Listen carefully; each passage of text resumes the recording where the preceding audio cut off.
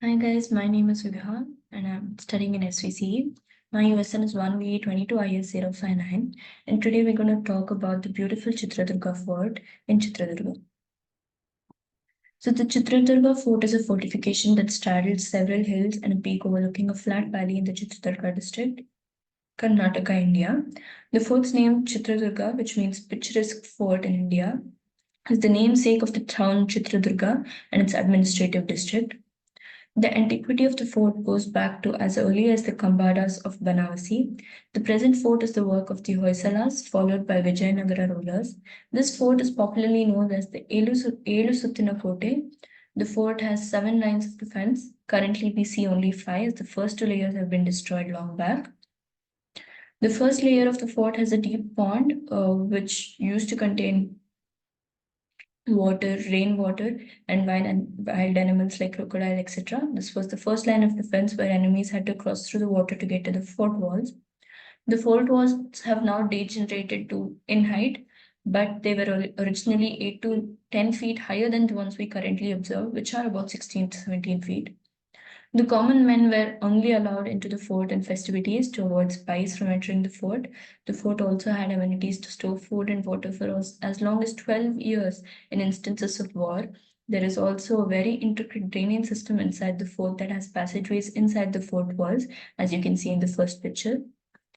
So the food and water facility that was there for 12 years in case of an instance of war, they saw that it was used for over 2 years during one of the wars, where the enemy left because they had shortage of food and water, while those inside the fort were pretty safe.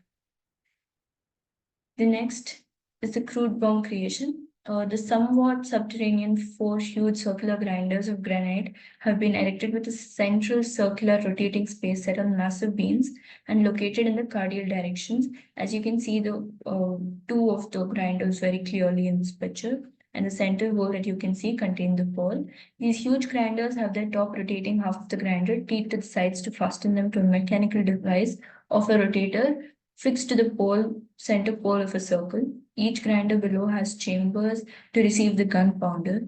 The central space has provision for animal-driven power to turn the grinder faster.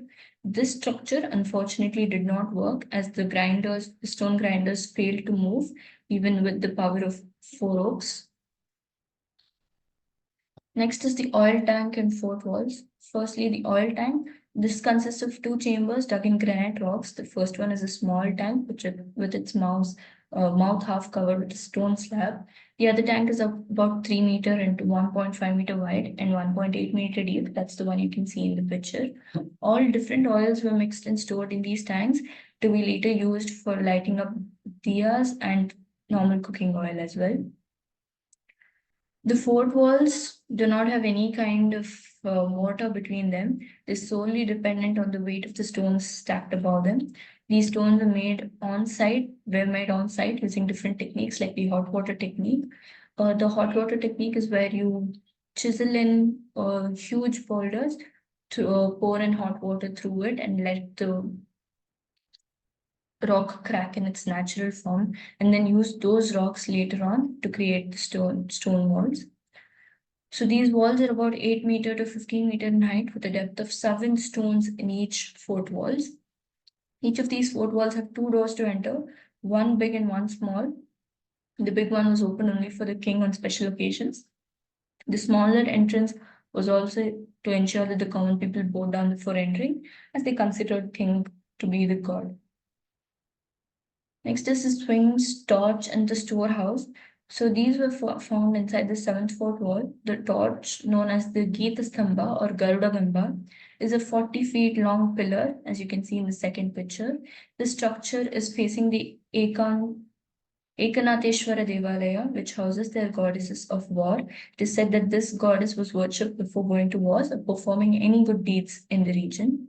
Next is the swing, also known as the Uyale Kamba. It is used to do the Totilu Seve to the god. This is the first picture, as you can see. The 2 hooks that you can see in the picture are used to hang the Totilu from there. Uh, This is done till date every 12 days, every year for 12 days after the Hindu New Year festival, or known as Ugadi.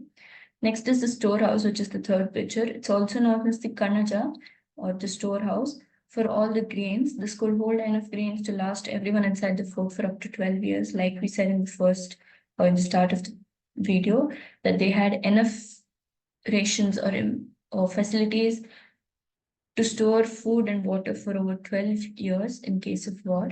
So these grains came from all of the farmers of the kingdom. They had to give up 1/4 of their harvest to the king, and this is where it was stored. Next is the Hidimbeshwara temple. This is one of the oldest temples on the hill. It stands beneath the large boulder, surmounted by a stone structure with its sanctum enshrining a linga. This was also used to look onto the forest in front of the forest area. Soldiers used to identify the number of enemy armies based on the dust that came off the horse steps or the flames from when they stopped for cooking. There is also an old scripture carved in the stone in this temple, as you can see in the picture above.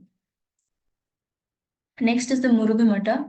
Murugu Mata was built during the reign of Brahmana Nayaka between 1689 to 1721 CE. Brahmanayaka made many additions to the Chitradurga fort and built the Muruga Rajendra Matha, which since then has been the residence of a well-known guru of Lingayats.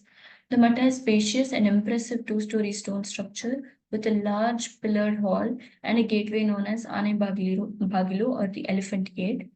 This matha has enough pillars to make 365 different blocks inside the structure. As the Guru said, he's a wanderer and cannot be living in the same place for more than a day.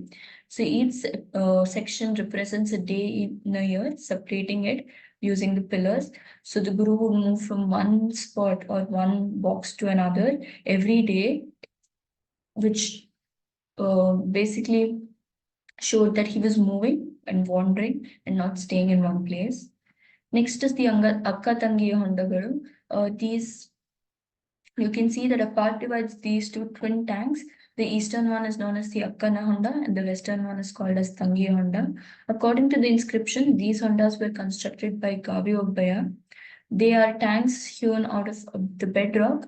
So the excess water from the Gopalaswamy Honda, which is located at a higher elevation in the fort, flows into these 2 points that are at lower altitude of about 200 meters away from the Gopalaswamy Honda. The Akkana Honda is about 9 meters wide. The left picture shows the Akkana Honda. It's about 9 meters wide and many meters deep, receives the water first. It is connected to the Tangi Honda through a smaller passage, which carries the excess water from the Akkana Honda into the Tangiya Honda. This was their 12-year storage plan for water. It did contain enough water to last them for more than 12 years, as this was fresh water, drinkable water. The next is Onaki Obawa. We all know the story of the great legend Onaki Obawa. The fort is associated with this legendary story of a warrior woman called Onaki Obawa, who fought against soldiers of Hyder Ali in 1779 CE. She killed several of them with the help of her Onaki, or a heavy wooden pestle, and finally sacrificed her own life for the protection of the fort. A narrow passage, as you can see in the given picture, was near Hanchina Bagilu, is believed to be the passage through which Hyder Ali's army managed to enter the fort. At this passage, later on was named as Onaki Obawa Khindi, as she took the lead on this. To conclude, there are just many attractions in Chitradurga fort, and there are more temples and other structures throughout the fort. It's also famous for movies being shot here. The intricate design and architecture of the fort made it one of the invincible forts ever. No army attacking from the outside was able to conquer this fort. It was only due to internal information leak that the fort was captured by Hyder Ali in his third attempt to capture the fort. In the first attempt, he could not even clear the first Fort K, as his rations and food and everything else got over after waiting for over 6 to 12 months outside the fort walls, while those inside the fort gates were pretty happy as they had enough food and ration to last them for 12 years. The second attempt, as we saw in the previous slide, was through the Onaki Obawa Khindi, which again failed because of the warrior woman who fought them off. The third attempt was successful only because someone higher up in the fort gave away information of all security, etc., to Hyder Ali.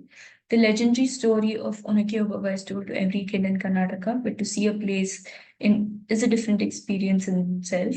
Takes a little over 3 hours to view the entire fort completely. I would prefer, or I would suggest taking a guide, as they have a lot of knowledge about the fort and can tell you a lot of things about the different structures in the fort that you see. The museum housing all these discoveries from the fort is located at a distance of 3 kilometers from the Kota Chitradurga district. This museum has also can also be visited for more knowledge on the fort.